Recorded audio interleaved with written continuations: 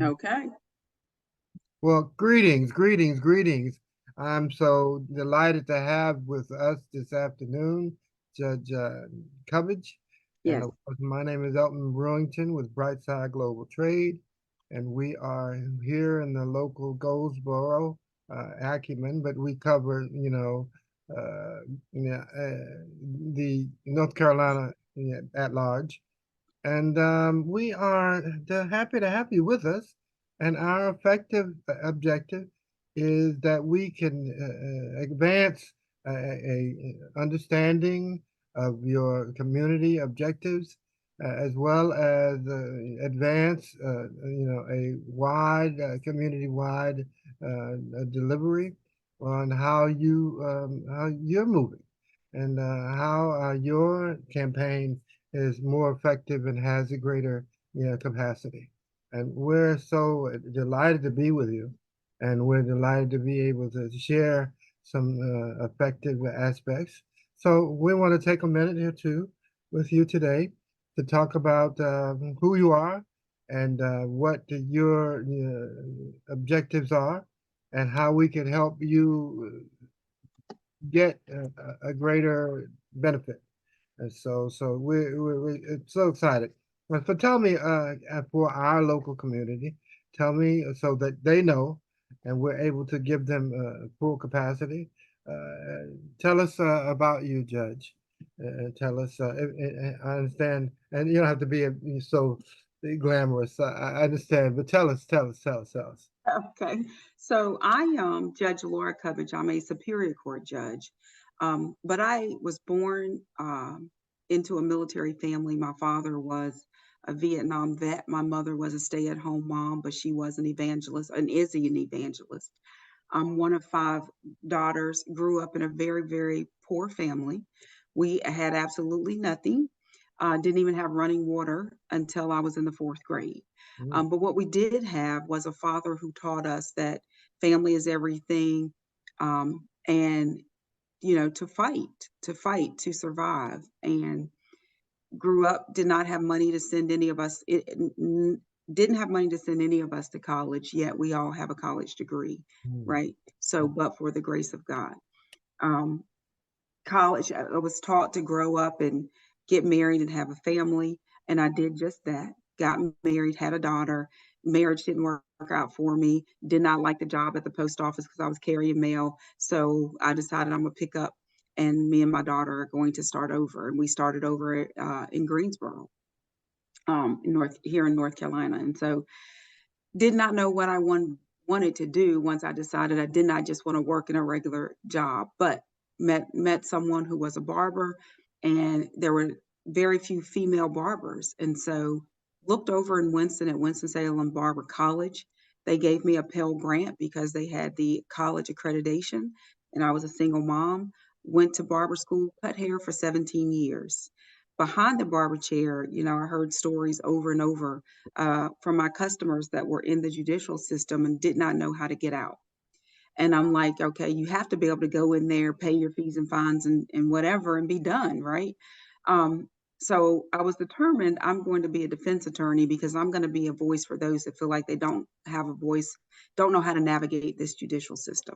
So I went over to North Carolina A&T State University and got my undergraduate degree. And then I went to UNC Chapel Hill and got my law degree. Well, I interned as a district attorney while in law school, so I fell in love with public service law. So I was never a defense attorney. I actually been serving the state for the last 18 years.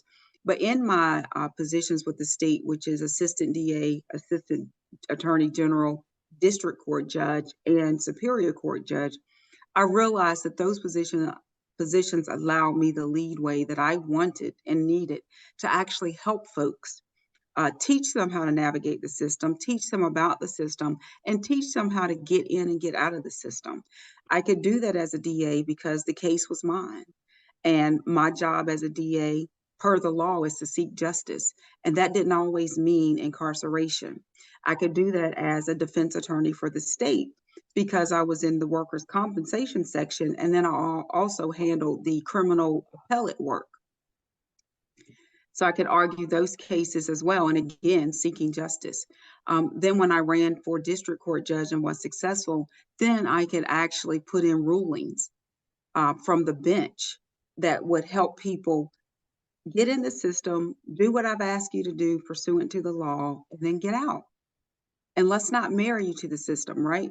What I learned in all of those positions was the biggest burden for people is not that something actually happened and there was actually a charge and they actually came to the system. The biggest burden is the court costs, fees, and fines that people are laden with. And what I learned was on the front end of a case, a lot of times we are going over an affidavit of indigency and we're determining as judges that folks cannot afford legal representation. But then on the back end, we're given and putting on a lot of fees and fines, and that's what's keeping them in the system. Um, and so the law allows a judge to put that ruling in and have a lot of leadway and discretion. Can this person afford these court fees and fines?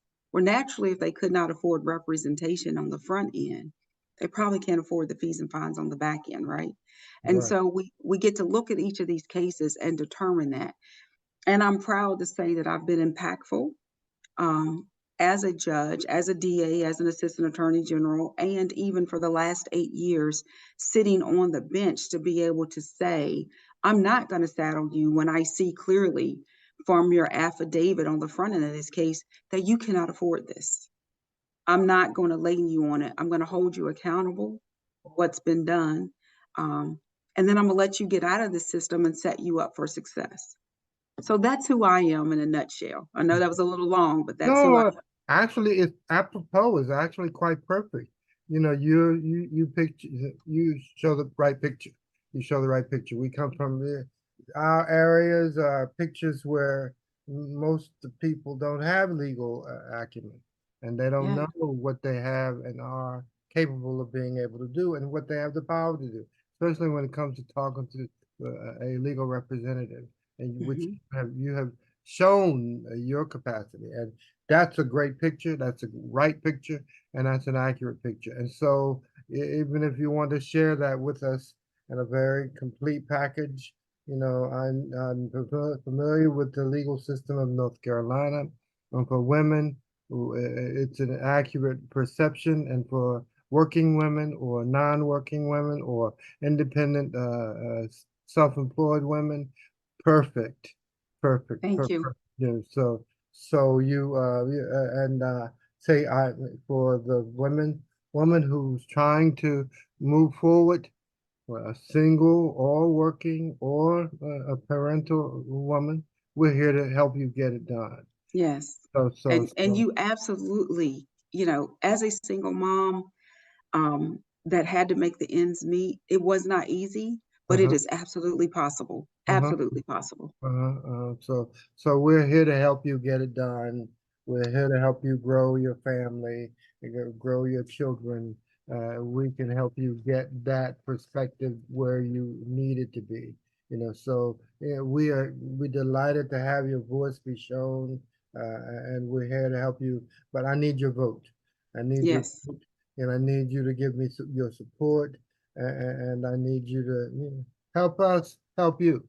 So, Yes. yeah, Yeah. so we'd love to be in that position. So, tell us, your story needs to be shown, told, Yes. and heard. You know, Yes. so want to be the one to be able to do that for you. That, in a nutshell, that's it. That's it. So, tell us how we do that. Thank you, thank you, thank you. There we go. So we don't have to get into the grass on much more than that.